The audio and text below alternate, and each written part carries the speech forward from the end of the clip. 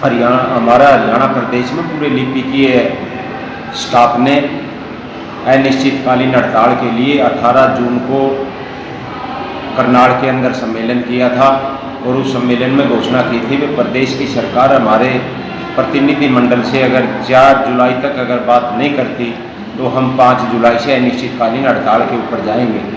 Haryana roadways ने भी उन साथियों के जोश और जज्बे को देख करके Haryana roadways municipal staff association ने भी बिना किसी शर्त के उनके साथ हड़ताल में शामिल होने का आह्वान किया, जिसकी अध्यक्षता हमारे राज्य के प्रधान जय भगवान काद्यान और हमारे महासचिव वीरेंद्र लोहिया ने विशेष रूप से उसके अंदर शिरकत की। और यह आंदोलन 42 दिन तक पूरे लिपिकीय स्टाफ का प्रदेश में पूरे जोश और जज्बे के साथ चला और कई दौर की बातचीत हरियाणा प्रदेश की सरकार के साथ हुई और प्रदेश की सरकार ने और हमारे इस लिपिकीय स्टाफ के शीर्ष नेतृत्व ने, जो हमारे साथी हड़ताल के ऊपर थे, उन्होंने किसी भी मीटिंग की कार्रवाई को हमारे बीच में आकर के नहीं बताया। हर बात को पर्दे के पीछे रखा गया। हमने पहले भी उनको कहा था कि वे बगैर नोटिस के हम सरकार के साथ बातचीत करने के लिए जाने की अनुमति हम नहीं दे सकते। वो साथी गए और प्रदेश की सरकार ने 5 दौर की मीटिंग के बाद इस आंदोलन को इस प्रकार से कुचलने का काम किया ताकि आगे भी दूसरे संगठन अपने हकों के लिए आवाज़ ना उठा सकें। लेकिन प्रदेश का लिपिकीय वर्ग आज इस बात से बिल्कुल भी संतुष्ट नहीं है। लिपिकीय स्टाफ आज धरातल के ऊपर अपनी तैयारी इस प्रकार से कर रहा है कि प्रदेश का पूरा लिपिकीय स्टाफ साझा मोर्चा तैयार करके अनिश्चित काल के लिए अपने हकों की लड़ाई के लिए आंदोलन के ऊपर जाएगा। क्या मानते हो आप हड़ताल असफल होने का और सरकार द्वारा मांग न मानने का कारण? हड़ताल असफल नहीं हुई। हड़ताल असफल नहीं हुई क्योंकि हड़ताल हमारी, मैं आपको एक उदाहरण के तौर के ऊपर बता देता हूं। हम जिस दिन 5 जुलाई को हिसार उपायुक्त कार्यालय के सामने धरने के ऊपर गए थे, उस दिन हमारी 642 की साथियों की हड़ताल थी और जब 1 हफ्ते के बाद जब वो हड़ताल आई तो वो हमारी 1100 के करीब हमारी वो हड़ताल पहुंच गई। हड़ताल हमारी पूरी कामयाब रही है। 42 के 42 दिन हड़ताल कामयाब रही। सरकार ने हमारे साथ धोखा किया, हमारे शीर्ष नेतृत्व के साथ धोखा किया। इस बात के बारे में मैं नहीं कह सकता कि भाई इनके पीछे क्या कमी थी, क्या दबाव था, क्या प्रभाव था, क्या कमियां रही, क्योंकि ये तो हमारा शीर्ष नेतृत्व अच्छी तरह से बता सकता है।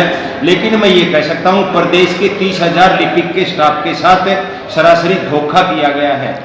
सरकार ने क्लर्कों के हड़ताल पीरियड को ड्यूटी पीरियड माना है या क्या किया है? क्या उससे आप संतुष्ट है?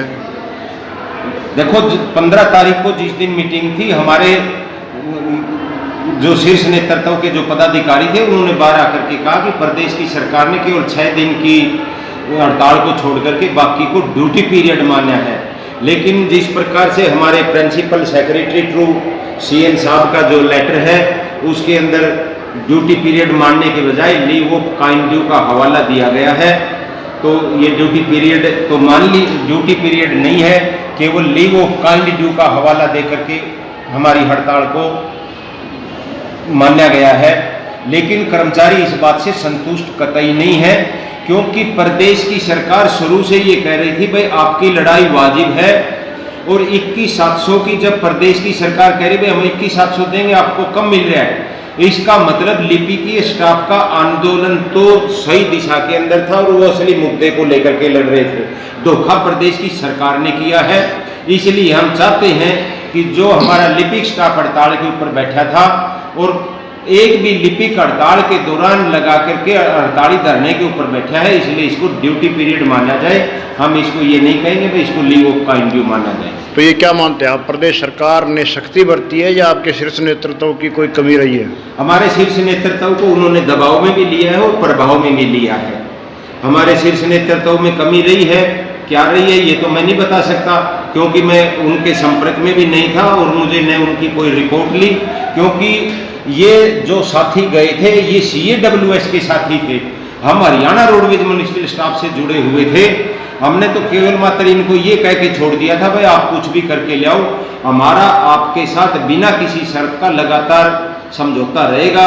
हम सबसे अंतिम पंक्ति में खड़े रह करके आखिरी में जब ये हड़ताल आप समाप्त करोगे हम तब ड्यूटी के ऊपर जाएंगे। ये तो सही रूप से तो CAWS के जो 22 सदस्यों की जो टीम बनाई हुई है वही बता सकते हैं, लेकिन ये स्पष्ट रूप से कहा जा सकता है ये धोखा भी है, इसमें दबाव भी है, इसमें प्रभाव भी है, इसमें 30,000 कर्मचारियों की भावनाओं के साथ खिलवाड़ किया गया है, ये स्पष्ट है।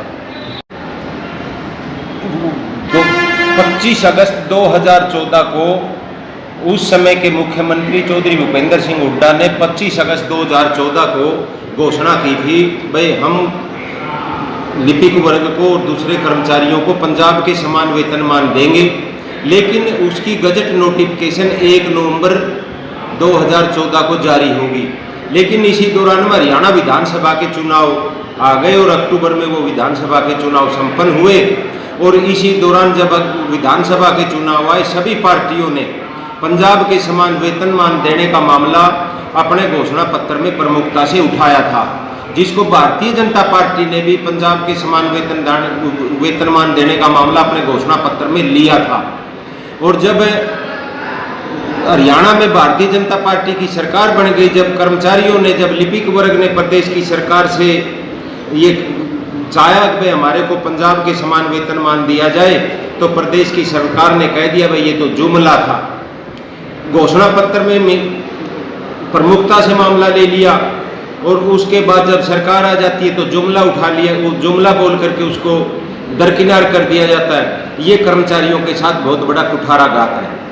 आज लिपिक वर्ग के साथ जो कमेटी बनाने का जो मामला किया गया है ये एक बहुत बड़ा धोखा है। जब प्रदेश के कर्मचारियों ने आवाज उठाई, प्रदेश की सरकार ने एक जी माधवन आयोग का गठन किया। जी माधवन आयोग ने रिपोर्ट दी भाई जो प्रदेश के जो कर्मचारी हैं उनको पंजाब के समान वेतनमान देना उचित है, जो आज भी उनके पास उपलब्ध है, उसको लागू नहीं किया गया। जब जी माधवन आयोग की रिपोर्ट आई हुई है तो फिर आज दोबारा कमेटी बिठाने का कोई औचित्य नहीं बनता। आज तो केवल यही है जी माधवन आयोग की रिपोर्ट को ध्यान में रख करके पंजाब के समान और 35,400 लिपिक वर्ग को वेतनमान दिया जाना उचित बनता है, जो कि प्रदेश की सरकार ने देना पड़ेगा, नहीं तो प्रदेश का लिपिक वर्ग लड़ाई लड़ने के लिए किसी भी प्रकार से पीछे नहीं हटेगा।